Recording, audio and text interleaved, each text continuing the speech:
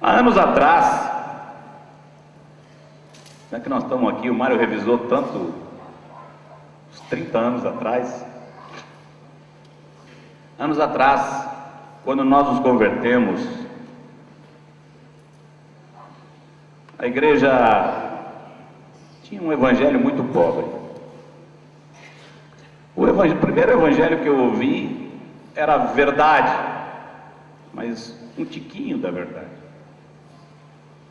Você é pecador, você está perdido e condenado. Jesus é o Filho de Deus e veio para morrer por você. Se você aceitá-lo, você está salvo. Esse era todo o evangelho que conhecíamos.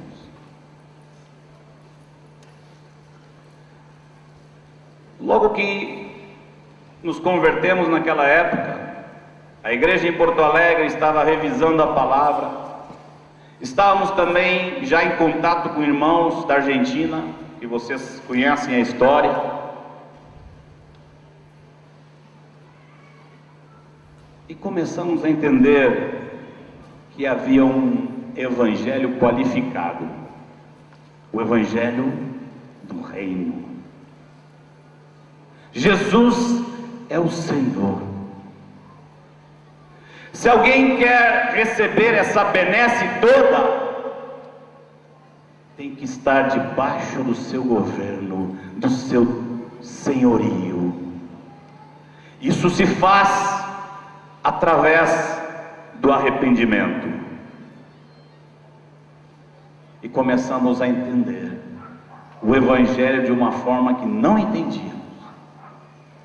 Isso produziu revolução nas nossas vidas, na nossa pregação, no nosso ministério e no fruto desse ministério.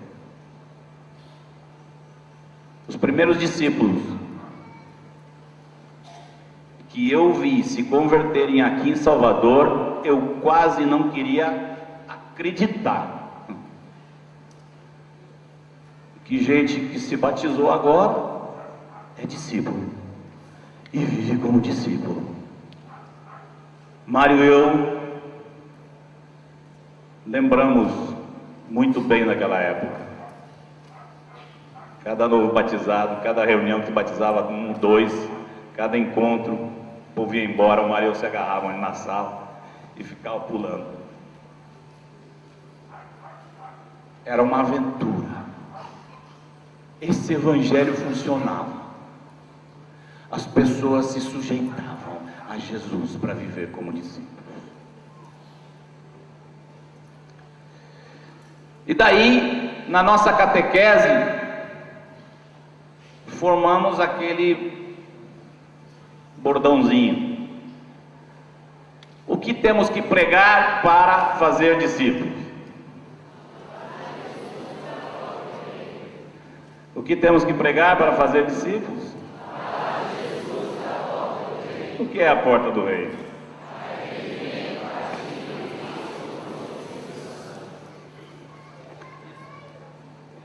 A pergunta que nós temos que fazer hoje, anota aí no teu caderninho.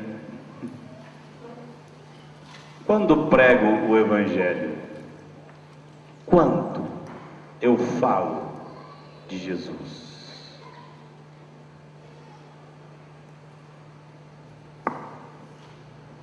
Quanto eu falo de Jesus?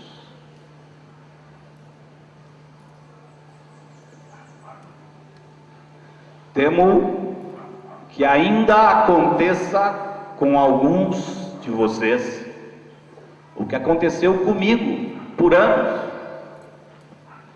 Esse evangelho do reino, esse arrependimento, essa clareza cheia de ilustraçõezinhas, a arvorezinha, as 3 bolinhas, os 3 tipos de homem. Esse negócio é tão claro, tão forte, tão contundente.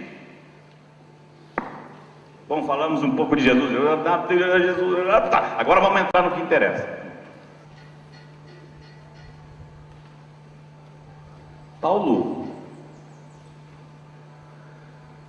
já estava velho, já tinha trabalhado no mundo todo. Quando ele escreve uma carta aos Gálatas, e no fim da carta ele fala da armadura de Deus, não, desculpem, aos Efésios, e no fim da carta, no capítulo 6, ele fala da armadura de Deus, e sai discorrendo sobre a armadura de Deus, e quando termina ele diz: irmãos, tudo isso vai funcionar com uma coisa, oração, orando em todo tempo, no Espírito. E aí Paulo dizia: vou aproveitar e pedir uma oração para mim. E Paulo, homem sim também de dores, com enfermidade grave nos olhos, com problemas em todo lugar, perseguido, com as costas toda marcada, pede uma coisa só: orem também por mim, para que eu abrir da minha boca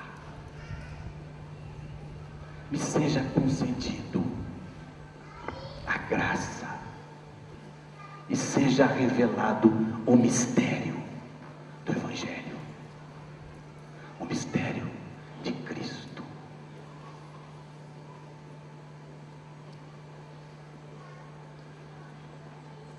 Oremos, irmãos, para que ao abrir da nossa boca, Cristo seja revelado aos corações.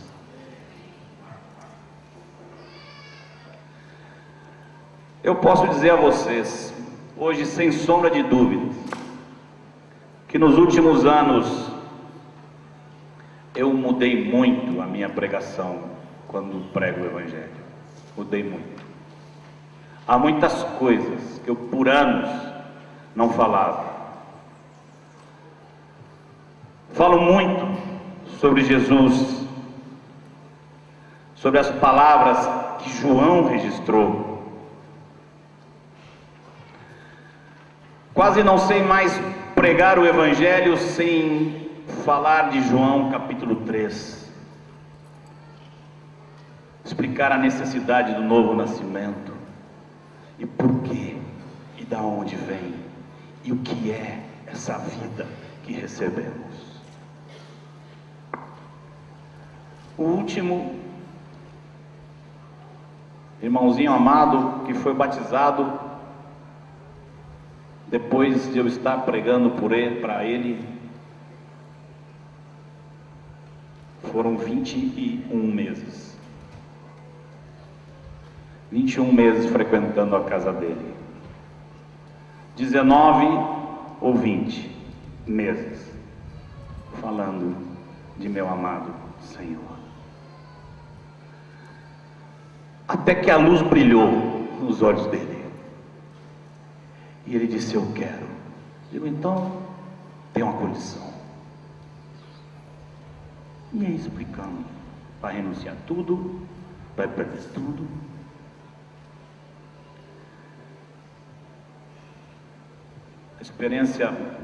Uma das experiências mais preciosas que eu tive no ano passado foi ver esse homem no dia do batismo dele me dizer para mim e para Judson: é difícil ficar falando muito de Deus para mim, porque eu começo a chorar. Eu entrei na casa desse homem 21 meses antes. Não tinha nenhum choro para Deus, não. Jesus. Ame Jesus. Se encha de Jesus. E anuncie Jesus. E quando alguém quiser Jesus, põe a condição. Se não colocarmos a condição, não vai haver uma conversão verdadeira. Necessitamos anunciar com clareza o Evangelho do Reino. Mas façamos como Jesus. Jesus falava dele mesmo. Falemos também nós E qual a segunda coisa da qual Jesus falava? Jesus falava de uma cruz. O centro da mensagem de Jesus eram essas duas coisas: Ele mesmo e a cruz.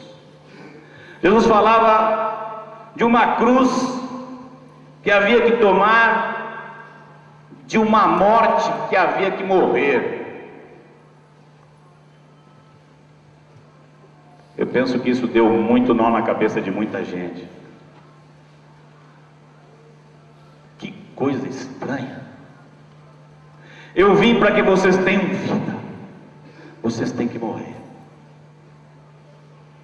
Eu vim para que vocês tenham vida em abundância, vocês devem perder a vida. Esse homem, afinal de contas, veio trazer vida ou veio trazer morte? A pregação dele é vida ou é morte?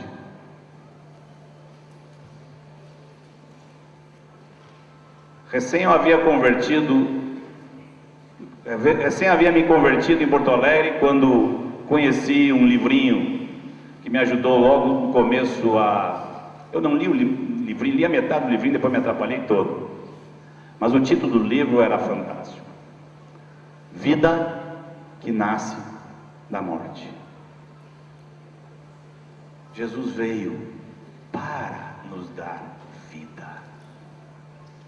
Jesus não veio para nos dar uma cruz, não veio para nos dar uma morte, veio para nos dar vida.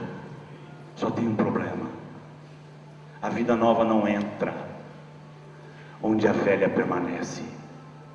A velha é imprestável, a velha é imunda, a velha é feia, tem que morrer.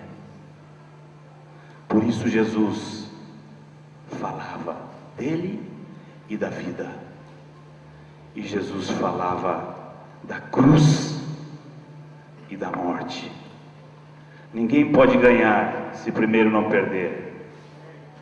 Ninguém pode ser nova criatura se a velha não morrer. Esta vida recebida no primeiro nascimento é estragada, imprestável e má. Nicodemos não entendia isso. Jesus disse: você precisa nascer de novo. Nascer de novo? Voltar para a barriga da minha mãe depois de velho? Como é isso? Eu disse: você não entendeu nada, Nicodemos. Se eu e meu pai quiséssemos, nós colocaríamos você na barriga de uma mulher 300 vezes. Mas ia ter um problema: todas as 300 vezes você ia nascer essa coisa ruim que você é.